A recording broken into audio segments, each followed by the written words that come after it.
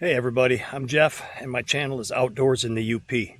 I'm going to show you a tree in just a second that it's a dead pine tree. It's been dead for a while.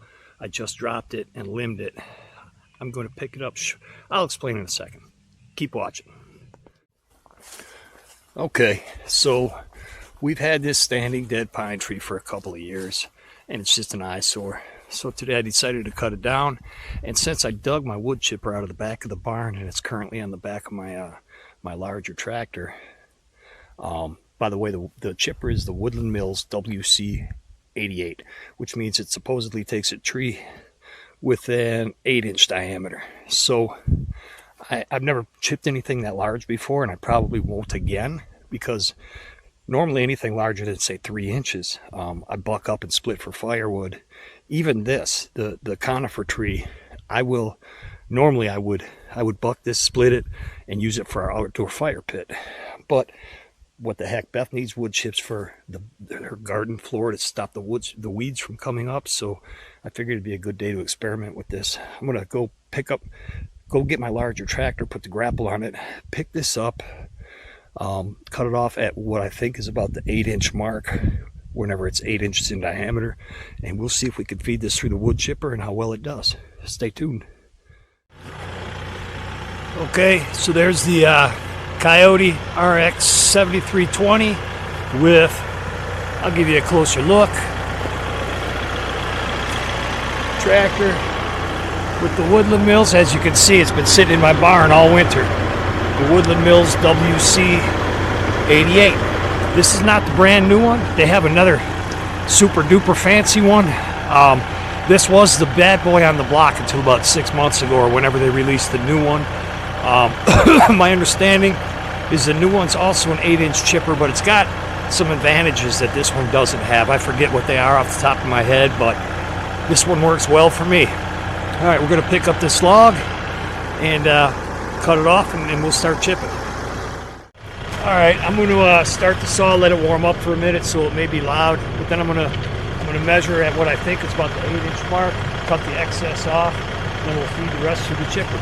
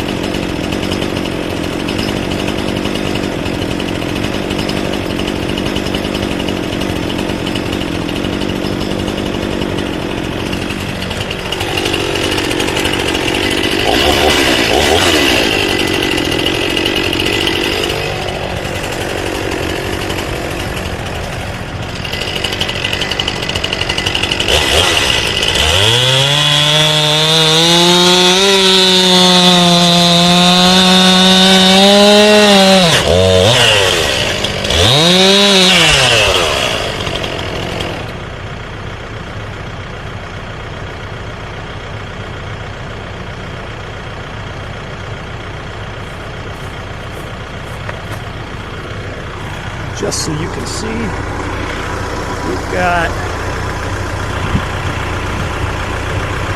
right at 8 inches.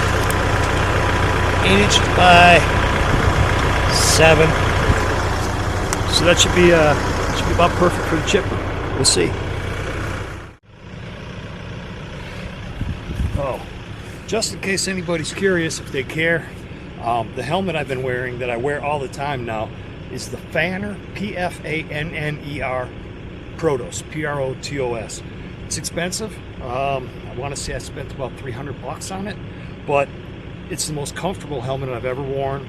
Everything's modular. Everything here is replaceable, from the shell on the earmuffs to the pads, the screen, everything, all the padding inside. And you set this entire thing up to fit your head, which takes a minute. It's not like a regular hard hat like you wear as a carpenter on a construction site. Everything here moves. The ear pads move in and out, back and forward. They also tuck back in your helmet if you want. If you don't want to use them, they're out of the way. Once you put it on, once you have it sized to what works for you, you put it on your head, you snap this latch right here, bang, and everything's locked in. So again, I'm not much one for helmets, but if you're going to wear one, you might as well wear a comfortable one. I like this one a lot. Okay, so the plan is, well, I've got the tree resting on the bucket of the Kubota, because otherwise I don't know, even though it's been dead, if I'd be able to pick it up to push it into the splitter. So I've got it resting on there for now. Hopefully I can just push it in. And then I've never chipped into the back of the Ranger, but the chips usually go everywhere. But I'm going to try to chip them directly into the back of the Ranger and then go dump them in Beth's garden. We'll see how that goes. And over here on the chipper itself, I'm doing all this because once I turn the PTO on and the RPM's up for the chipper speed, 540, you wouldn't be able to hear me. But here's the speed. Here's where you adjust the speed of the infeed. And I'm going to slow it way down since I am going up to 8 inches. And I know it's only conifer and it's dead, but I don't know, it's still big. So I'm going to go slow and steady wins the race, they say. We'll see. All right, I'm going to set you down now, start the chipper, and we'll try and do this, see how well it turns out.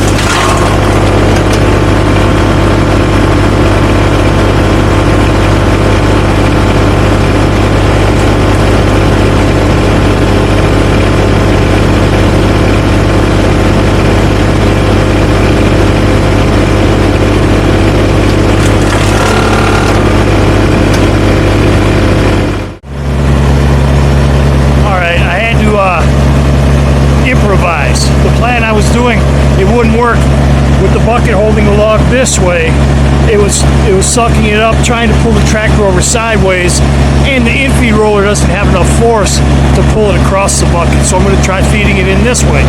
We'll see how it goes.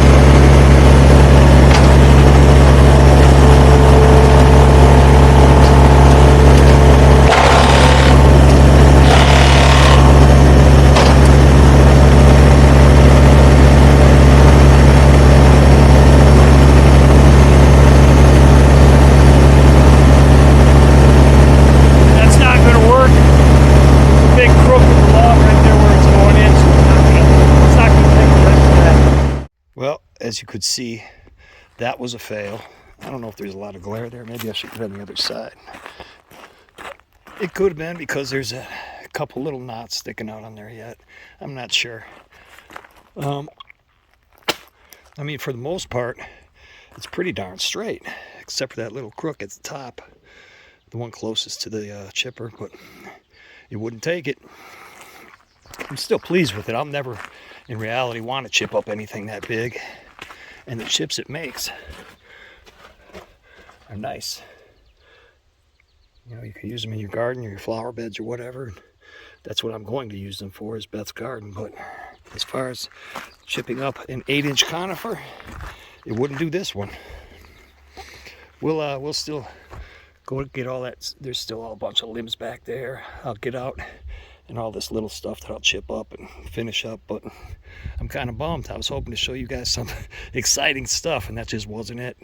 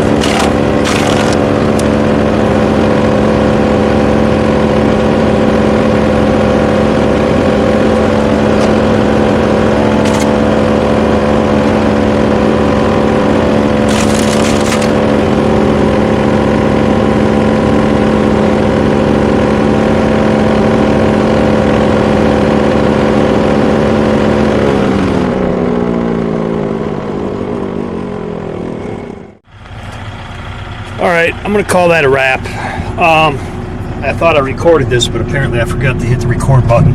I think, you see how that roller is? It looks to me like it's pretty high off the bottom of the chipper housing itself. I haven't adjusted this ever since I've got it. I've only put 2 or 3 hours on this since I bought it new. But I think when I put the larger end, that like 6-inch or so end, into the chipper and it refused to take it, I think I need to adjust these springs. These are with tension on this hydraulic wheel in there, and I think maybe they need to be tightened down more. There's one on either side, because now it's not really taking the small stuff that I feed into it. So I'm pretty sure that's just an adjustment. There's still a learning curve with myself and this machine, but we made some nice little chips for Beth's garden.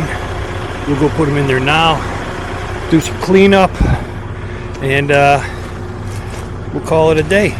So, peace.